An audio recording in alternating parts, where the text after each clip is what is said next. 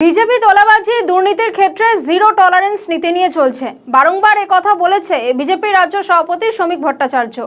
এমনকি তিনি শুধরে যাওয়ার জন্য ডেডলাইনও দিয়ে দিয়েছেন, কিন্তু সেই কথা নিশ্চয়ই কানে যায়নি অনেকের। তাই অবশেষে তোলাবাজি সহ একাধিক অভিযোগে 22 জন কর্মীকে সাসপেন্ড করেছে গেরুয়া শিবির।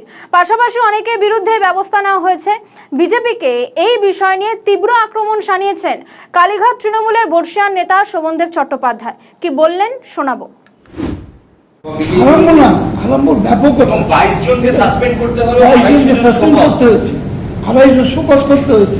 ছজনকে সতর্ক করেছে ওটা শুনলাম, এরকম ব্যাপার হয়েছে।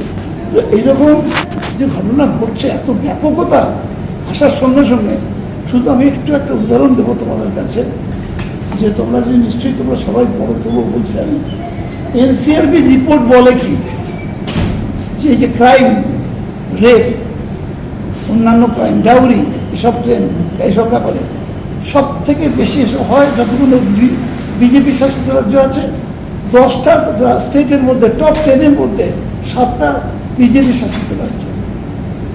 বিজেপি শাসিত রাজ্য এটা যেন বিজেপি শাসন হলেই একটা মানে এদের সমাজ বিরোধীদের স্বর্গরাজ্য তৈরি হবে, এটা প্রমাণিত হয়ে গেছে। আমাদের সে তথ্য আছে। 10টা রাজ্যের মধ্যে 7টা রাজ্য বিজেপি শাসিত রাজ্য।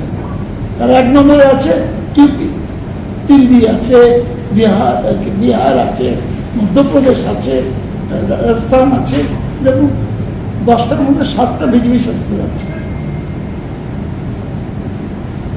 সমালোচনা করবার আগে সবসময় ভাবা দরকার যে আমরা কি করেছি।